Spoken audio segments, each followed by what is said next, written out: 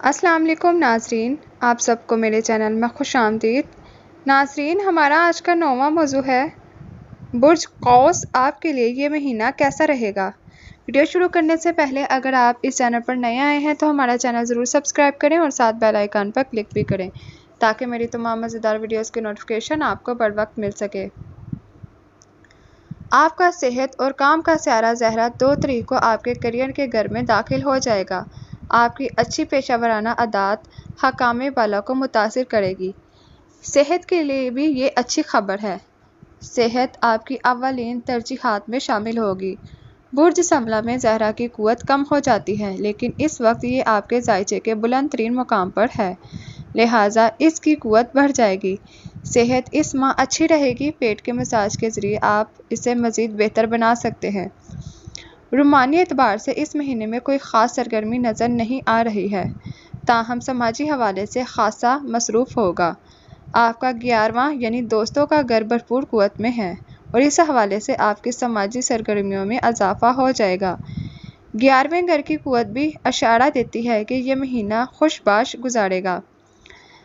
4 تاریخ کو پلوٹو روجا سے نکل کر آگے بڑھنا شروع کر دے گا، جس سے مالی امور پر نہایت خوشگوار اثر پڑے گا۔ آپ کے مالی امور پر اثر انداز ہونے والے تمام سیارے اس وقت آگے بڑھ رہے ہیں۔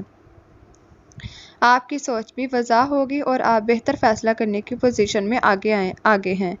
اب مالی حوالے سے آپ دور کی سوچ رکھیں گے اور طویل مدتی منصوبہ بندی کریں گے۔ دلچسپ بات یہ ہے کہ آپ کا روحانی امور کا سیارہ پلوٹو آپ کے 12ویں یعنی روحانی امور کے گھر کے قوت میں آنے سے کچھ وقت قبل روجا سے نکل آئے گا۔ 23 تاریخ کے بعد سے روحانی معاملات میں حائل تمام رکاوٹیں دور ہو جائیں گی اور معاملات ہموار انداز میں چلیں گے۔ 22 تاریخ کو سورج کی 12ویں گھر میں آمد ظاہر کرتی ہے کہ آپ کو اپنے مذہب کے اندر ہی تمام سوالوں کے جواب مل جائیں گے۔ دوسرے مذاہب اور مسالک کو کھنگالنے کی ضرورت نہیں۔ آپ کا محبت کا سیارہ عطارد 4 تاریخ کو رجت کا شکار ہو جائے گا، چنانچہ روحانی امور میں پیچیدگیاں نظر آئیں گی۔ روحانی مواقع اب بھی موجود ہوں گے لیکن ان کی تعداد کم ہو جائے گی۔ سماجی امور میں آپ کا اعتماد کم پڑ جائے گا۔ اس وقت آپ کا صبر و تحمل سے کام لینا بہت ضروری ہے۔ محبت کو اپنی رفتار پر آگے بڑھنے دیجیے، کوئی جلد بازی دکھانے کی ضرورت نہیں۔ زہرہ آپ کے ذائچے کے مشرقی یعنی آپ سے تعلق رکھنے والے حصے میں پہنچ گیا، جس سے اس کی قوت مزید مستحکم ہو جائے گی۔ اب یہ غالب قوت کا حامل ہے اور آنے والے مہینوں میں اس کی قوت میں اور بھی اضافہ ہوگا۔ اب آپ اپنی دنیا میں اپنی مرضی چلا سکتے ہیں۔ دوسروں کی آمادگی حاصل کرنا زیادہ ضروری نہیں لیکن اگر سب کو ساتھ لے کر چلا جائے تو بہتر ہوگا۔ بہرحال اس وقت آپ کی خوشی آپ کے ہاتھوں میں ہے۔